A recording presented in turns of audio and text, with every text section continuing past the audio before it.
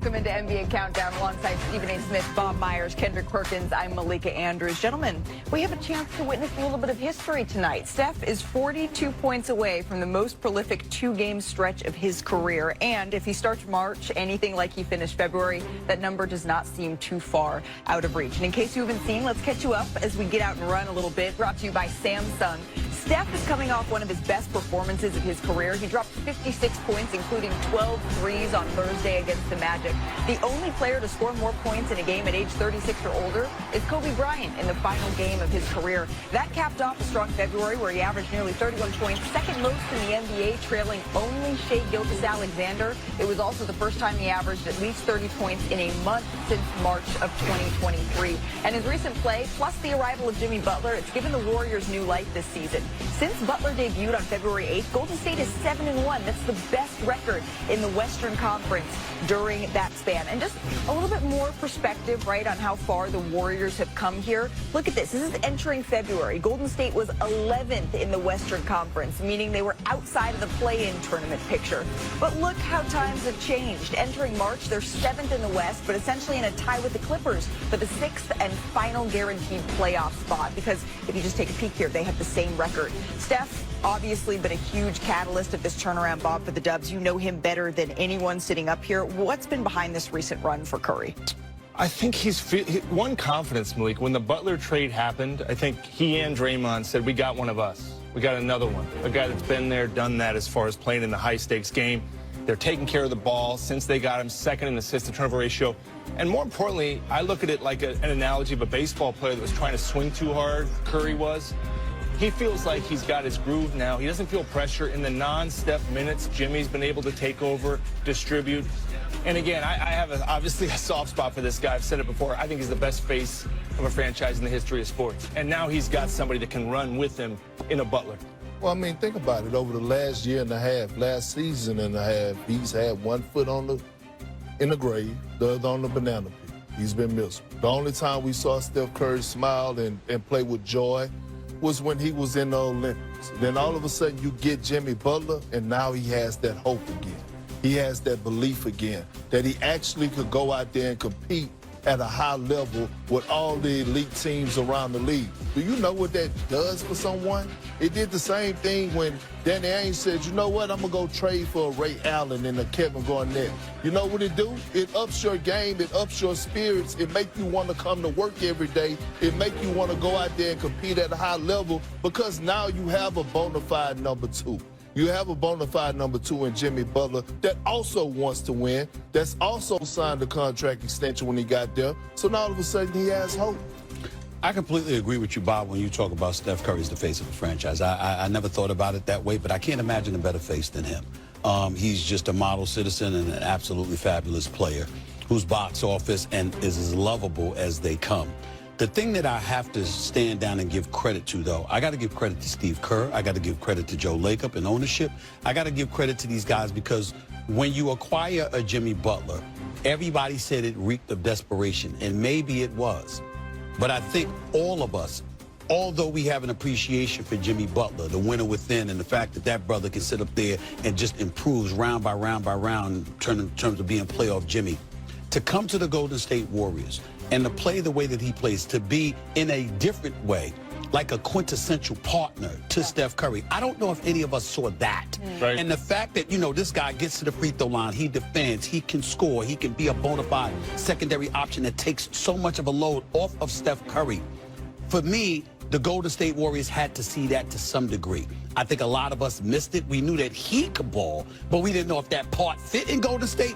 Now we're looking at them and saying, they could actually make a run because of this move. I got to give him credit. And I think that we all want to see Steph, well, obviously I do, but sure. I think everybody wants to see Steph Curry have a shot. No question. Yeah. Right? We all, the world, even Perk. No, I know you don't, but when he's not in the playoffs, right, he should be at that party.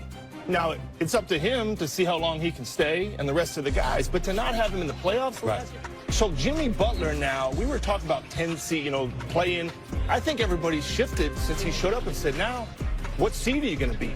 And to give Curry a chance at this point in his career, that's all that he was asking for. And like you said, Joe Lacob, Mike Dunleavy Jr., Steve Kerr, they got one for him in Jimmy Butler to help him. And to that point, the Dubs are 7-1 with Jimmy Butler, but it's looking like they may not actually have that luxury tonight. Our senior insider, Shams Charania, is here. Shams, what's the latest on Jimmy Butler's status?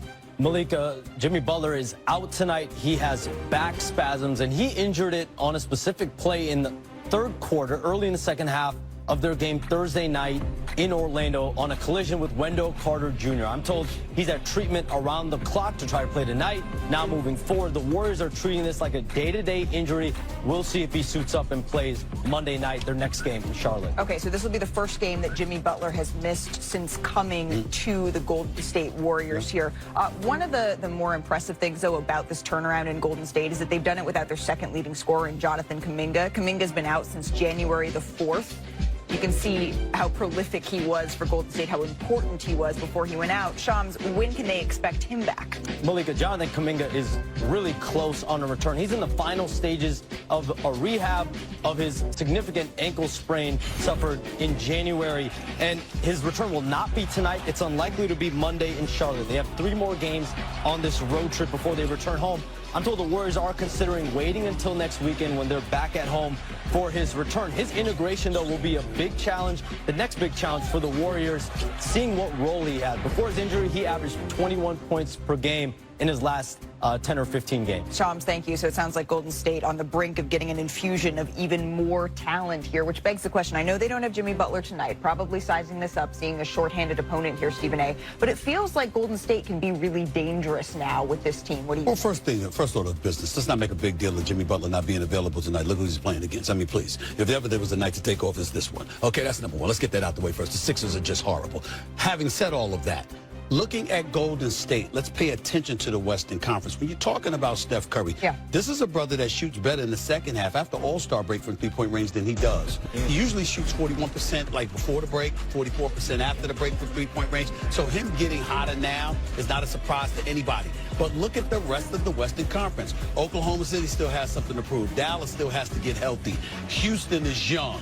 Memphis, you're looking at their shooting ability and you're wondering about that, okay? Phoenix is not a part of the equation. Minnesota's still trying to figure things out because Cat is gone, right? And now you got Los Angeles with LeBron James and Luka Doncic, and the way that J.J. Redick has them playing. To me, the Lakers and the Golden State Warriors, they're the 2 teams right now we need to keep our eyes on more than anybody outside of OKC. Their first round exit. Who? Golden State Warriors. Their first round exit. I mean, let's be real. Big statement. I mean, big statement. It's a real statement. It's a real statement. Because let's be honest here.